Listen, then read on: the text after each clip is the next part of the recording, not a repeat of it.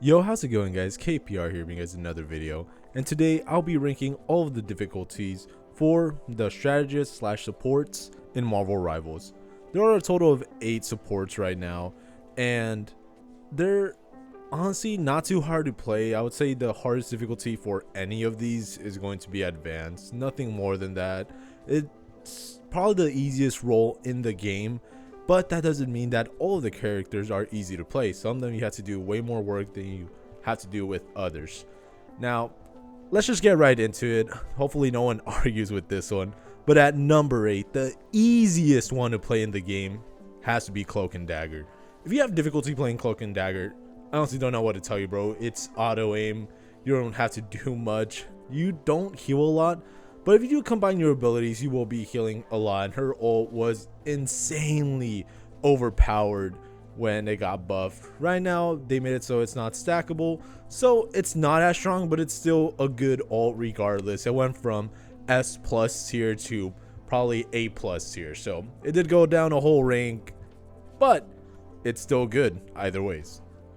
Another overpowered thing about her, well, technically Dagger, is that she can basically ricochet towards teammates or enemies. So if you hit the wall and then a teammate is nearby that needs healing, it's gonna go right at them.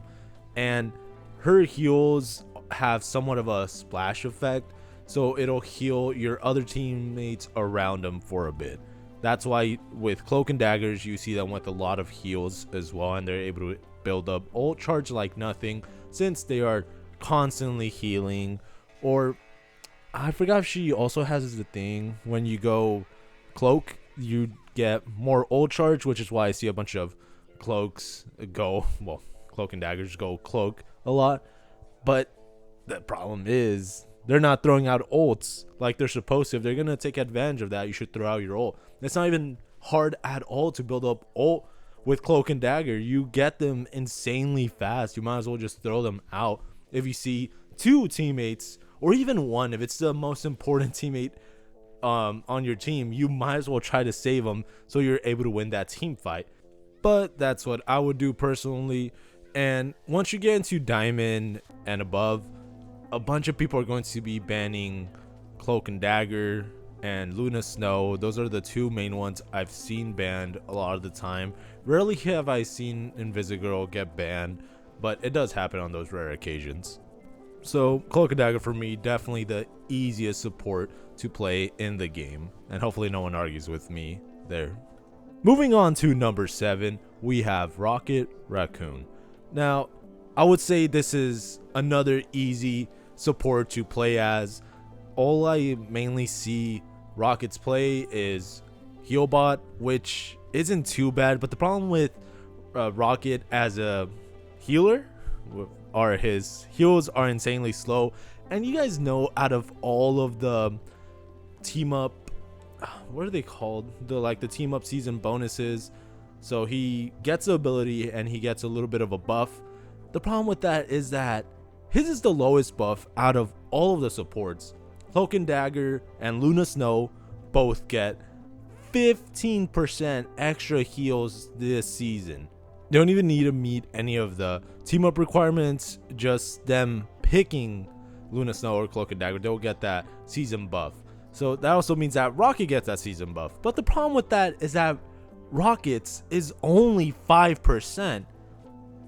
That's a whole 200% less than Cloak and Dagger and Luna Snow. That's just insane. It's insanely dumb as well. So I don't know why they don't give them a bit extra. Like, at least make it 10%, dog. I wouldn't mind it as much, but it's only 5%.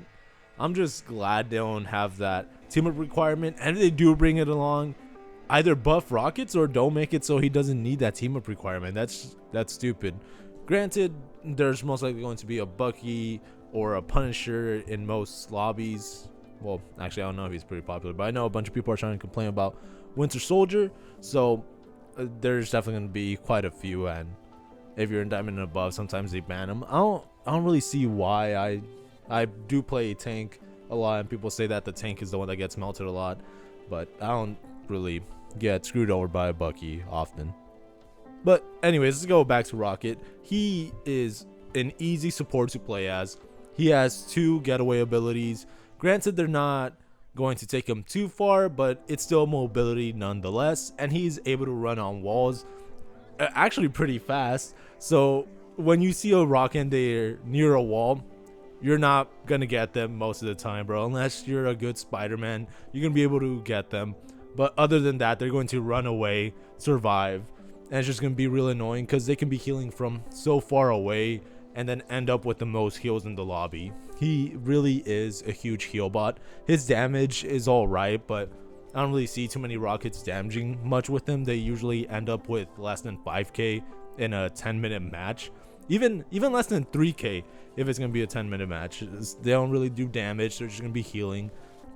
He also has an ability called BRB, which grants armor and a jetpack if it's not used yet, but it can res one ally if they die within that proximity, and the proximity is pretty big. Usually I see a bunch of rockets place them in pretty good spots that are close to the point or wherever they need to be, but I have seen some questionable ones where it's literally just out in the middle. I don't know if it's just them trying it out or something, but they throw it right in front of the enemies. I'm just like, bro, you're just wasting an ability. That's 45 seconds. It takes so long, but it's such an insanely useful ability. But of course you can get it back if you die, which killing a rocket is insanely annoying. If they're by a wall, they're most likely going to escape 90% of those times. So rocket's difficulty, definitely easy, not really too hard to learn. The learning curve for him is not big at all, and playing well with him is also insanely easy. So that's why he's number 7. Moving on to number 6, we have Jeff the Land Shark. I've seen so many memes about him that people just love this dude, and when I first started as well, I was like, you know what, I want to play him as a support. He seems pretty fun, and it really was, until you notice how useless he can be sometimes. His heals are alright. People really do complain a lot about his heals because it doesn't feel like he's doing much. But if you have all your bubbles and you toss him at a teammate that is insanely low, preferably a tank, because then you're going to be able to get them all the way up to full health, and they're going to be able to get a speed boost and run down the enemy team. But I would say playing him, it's not really too hard. It is at a intermediate level at best. So if you want, you can pick him up, of course. I don't really see too many Jeffs in the Grandmaster lobbies right now, just because people are tier whoring. But either ways, you're still able to disrupt the enemy team a lot if you're Jeff. His healing range is insanely far. I actually don't know the limit, but it feels almost infinite with his primary heals. He also has a pretty strong attack as well, so if you think that you need a DPS a bit and then heal on the side, you can of course do that, because you're a support, not a healer. Just remember that. But it doesn't mean that you should stop healing the entire time. Like if you see a teammate critical, heal the teammate. That's where most people get it twisted, and they're just like, nah bro, I'm a support, not a healer. You should have just gone for the health back. And it's like, bro, you were literally staring at him. You could have healed him for just a bit. Jeff can throw out his bubbles insanely fast, but his ult is insanely useful, especially if they have a Cloak and Dagger. Not a Luna Snow, she can't be caught in it when she's ulting. Invisigirl is someone that can be caught in it, and usually her whole team will be there. So if you're able to get most of her team off point, that is insanely useful, and becomes a much better ult if there is a ledge to toss them all off of. Granted, you might have to dive bomb down into that death pit, so you'll get the kills, but you're not going to be there to enjoy that victory. Playing Jeff can be insanely fun, but it might not be too fun for your team if you're barely picking them up, and I would say you're at high plat or anything above high plat. It's going to be pretty annoying for your enemy, or not your enemy team, for your teammates sometimes if you actually don't know what you're doing. And his other ability, his getaway ability, also lets him heal, and he moves pretty fast, but you're not going to be able to damage anyone at all. You can also climb walls, use this to try to evade the enemies. It's insanely useful since you're going to be constantly getting healed. and he's another character that is pretty annoying to Merc once he's underground just swimming around. Either ways though, he is probably not one of the best support at all. He might be the lowest one or second lowest one in the game right now. But either ways, it's still not hard to play him. It's just because he's undertuned basically. He's just needs a few buffs to probably make him go up quite a few tiers, because it's not hard to play him at all. Moving on to number 5, we have Mantis. I would say she's at a medium difficulty. It is a bit harder to play her than the previous supports, but not as much as the other ones. You could literally straight up just be DPSing for the most part and then throw out your heals every once in a while. The good thing about it is that you can also buff your teammates, and this could make it so you could go through other enemy supports that basically make them invincible, as in for Luna Snows and Cloak and Daggers. If you buff a teammate, you can make sure to just mow them down. Her abilities are pretty decent. I would say the stun she has basically puts them to sleep. It is annoying sometimes to hit due to the servers being kind of dog water at times. It feels like she has a way lower hitbox on your end, but on their ends, when you're hit by it, sometimes it feels like it's just massive as hell. I've gotten stunned so many times by it where I've been so far away and I'm like, bro, I already dipped out of there, what happened? And then I still end up stunned. It's insanely dumb. Her heals are definitely not the best. I would argue they're probably the second worst if you're not able to hit headshots. Now I mention that because if you hit headshots, you will get your leaves back that heal teammates or buff them, or you could also buff yourself instead. That's pretty selfish sometimes, but if you're good and you're able to land those headshots, go for it, of course. So yeah, it really just relies on how good you are at getting your headshots, so you're going to be able to actually be throwing out your heals, because they'll get healed instantly for a bit, and then the rest of it will be over time. And you guys, if you guys are watching this, you guys would know that overtime heals aren't always the best if they're not a high number. So kind of sucks about that, but you can of course just keep spamming at it. I would say spam it at a tank if they're critical, because they're not really going to be able to get back up to fight instantly if you just throw one at them. And out of all the 4 support that grant big heals, like insane amount of heals, like Cloak and Dagger, Luna, Susan, and Mantis, of course, she is the one that grants the least amount out of all of them. At first, when I picked her up, I thought this was a better Zenyatta, and I still think it is true, but if for this game, the heals she gives out with her ult aren't that great. It doesn't really take much to take her down while she's ulting, so just be careful. Make sure no one else is, oh well, you actually pop it out because someone else is ulting, but if you get shot by just 2 people that are ulting, you're cooked, buddy. You're not going to survive that, which sucks about her. So I wouldn't really suggest playing her in this meta right now, but if you can make it work, you can make it work. Go ahead and do that, my dude. Coming in at number 4, we have Invisible Woman. She is definitely harder to play. I set her at a hard difficulty because it can be pretty annoying to learn her. Make sure to use her at her best capacity, because I've seen people play her and sometimes they focus on one thing instead of the other, so they don't really find much of a balance or try to make it so their hits line up to heal and damage the enemy, so they can build up ults much faster. And that's why sometimes you'll see an Invisible Woman just build up ults, throw out ults like nothing. It's because they're actually using her to her full potential, but sometimes it's hard to do that, so that's why I put her at this difficulty. Her primary fire, as you guys know, it heals and damages, and it comes right back at you, so it'll be healing a lot. I've had so many matches where in one round I've already just have 30k heals. I'm like, damn, my dude. I was just like popping off that round, throwing out ults, saving my team. It is insanely fun to play her as well. You throw out like a domain expansion and it makes everyone invisible there. Now, all her abilities are good. Her shield provides health and cover for whichever teammate is near it.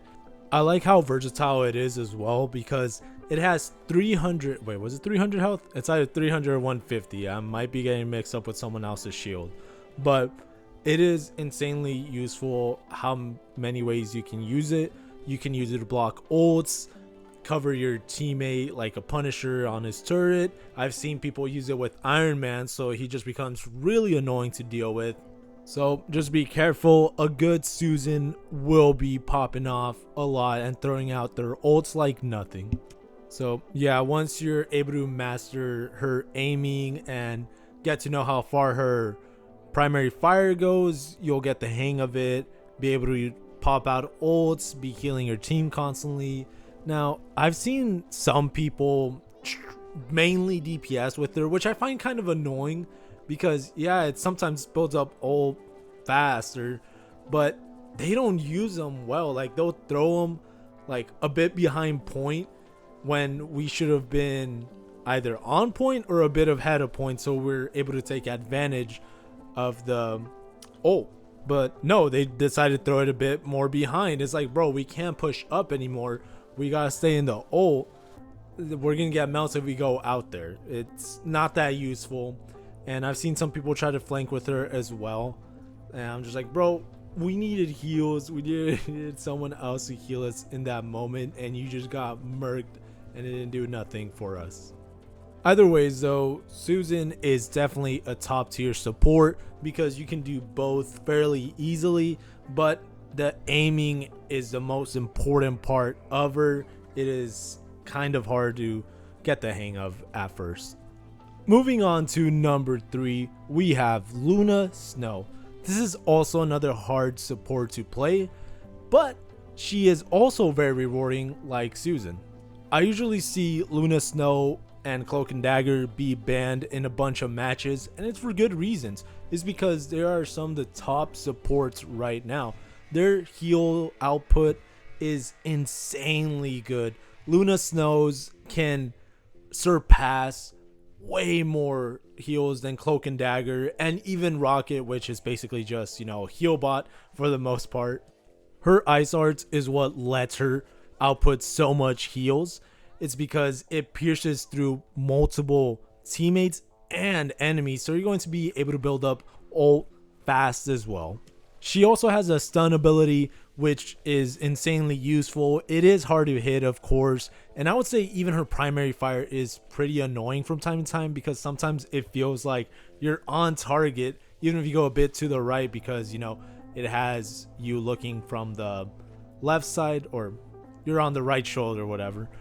So yeah, it just feels like sometimes it's inconsistent with her aim. Of course, right now I have the default, but I switched it already to the dot, and it is somewhat useful. I usually don't go for any sort of custom reticle just because, you know I don't really need it for the most part, just on certain characters, but I just find a way around it or learn to deal with it.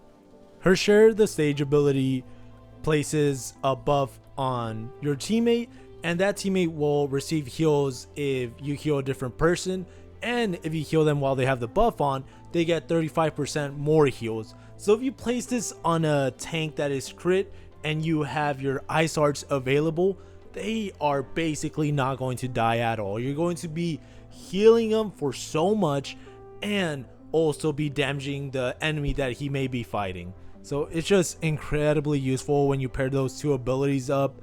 Another good thing about her is her ult. She probably has the best one out of all the supports. You basically can't die, and you can switch around between heals or damage. It really just varies. In case your other support might have ulted at the same time and it was a Cloak and Dagger, you can just have it set at DPS so your teammates can still murk the enemies much faster. I would say she doesn't get banned as often as Cloak and Dagger, but she is still one of the main ones that gets banned.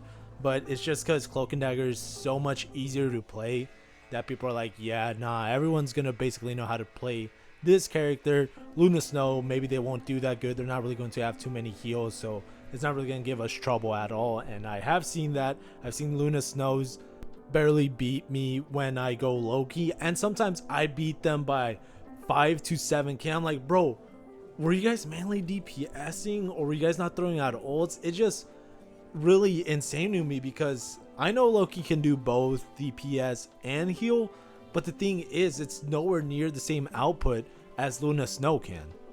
But either ways, my dudes, Luna Snow is still a pretty difficult support to play, which is why I put her at a hard difficulty. Now, I feel like some people might be surprised and not agree with me at all, but at number 2, we have Adam Warlock. He is a pretty hard support to play as though, and barely do good with. I set him at an advanced difficulty because I haven't even really seen too many good Adam Warlocks.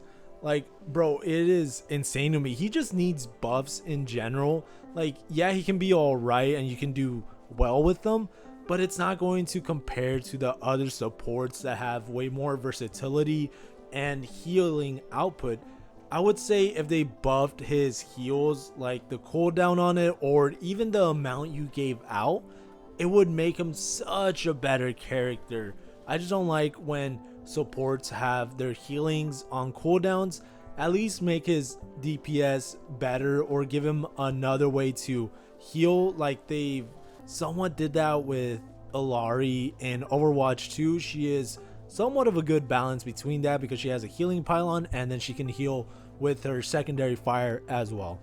The only ability that Adam Warlock has for heals is his avatar live stream, and it has only 2 charges and has a pretty decent cooldown. So it's like, bro, make the cooldown shorter or make it better. The other pretty good ability that he has is his soul bond, but it's on a 30-second cooldown, dog. That also needs a buff to it. I've saved my team so many times from Scarlet Witch's ult, which I was actually surprised that I could tank it, but it did make sense since, you know, it splits the damage between you guys.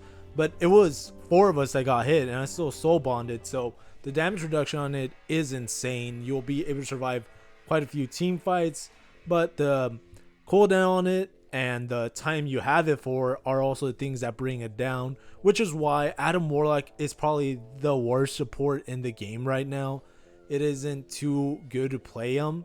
His damage is good if you're hitting those headshots, and his I believe it's called Cosmic Cluster or something like that, but his secondary fire is pretty good as well. You'll be DPSing a lot with it.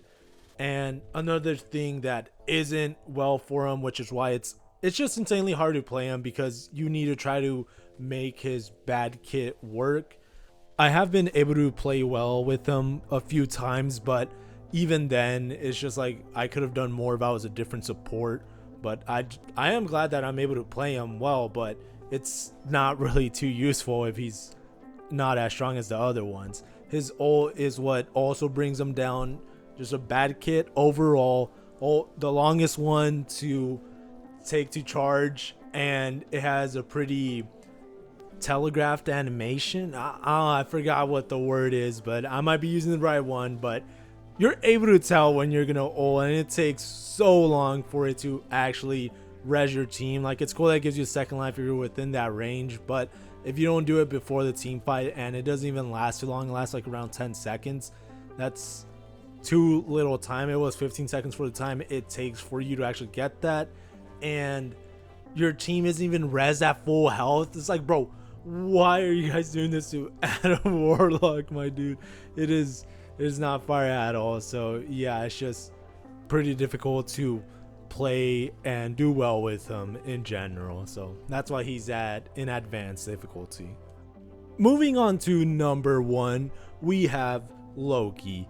He is also at an advanced difficulty. He is definitely the hardest support to play in the game because it requires not only positioning, everyone definitely requires positioning, but I would say Loki more than others because you have to place your clones in spots where they'll not get murked and they're able to have sights of your team.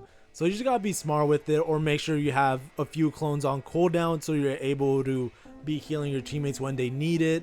And I try to always have one as well on cooldown because his regeneration domain is insanely good. The heals on it are pretty fast, and I don't know if they really stack or not. It seems like they do a bit, but you're able to out heal Psylocke's ult and a few other ones if they're not specifically targeting the ruin that it spawns in.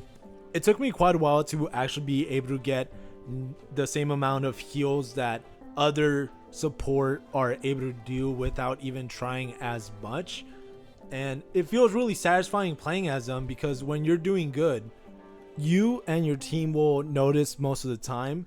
And the other hard part about them is the people that you copy. You have to make sure you copy the right person at the right time, and the problem with that is that sometimes a teammate or an enemy can jump right in front of them right before you copy them, so it might mess up your flow a bit. I try not to let it do that, but if I needed a support ult and a teammate or an enemy got in the way, and let's say they were a tank or a DPS, it screws over that team fight sometimes. If they needed heals right away, they're gonna be like, bro, why'd you copy this, and stuff like that.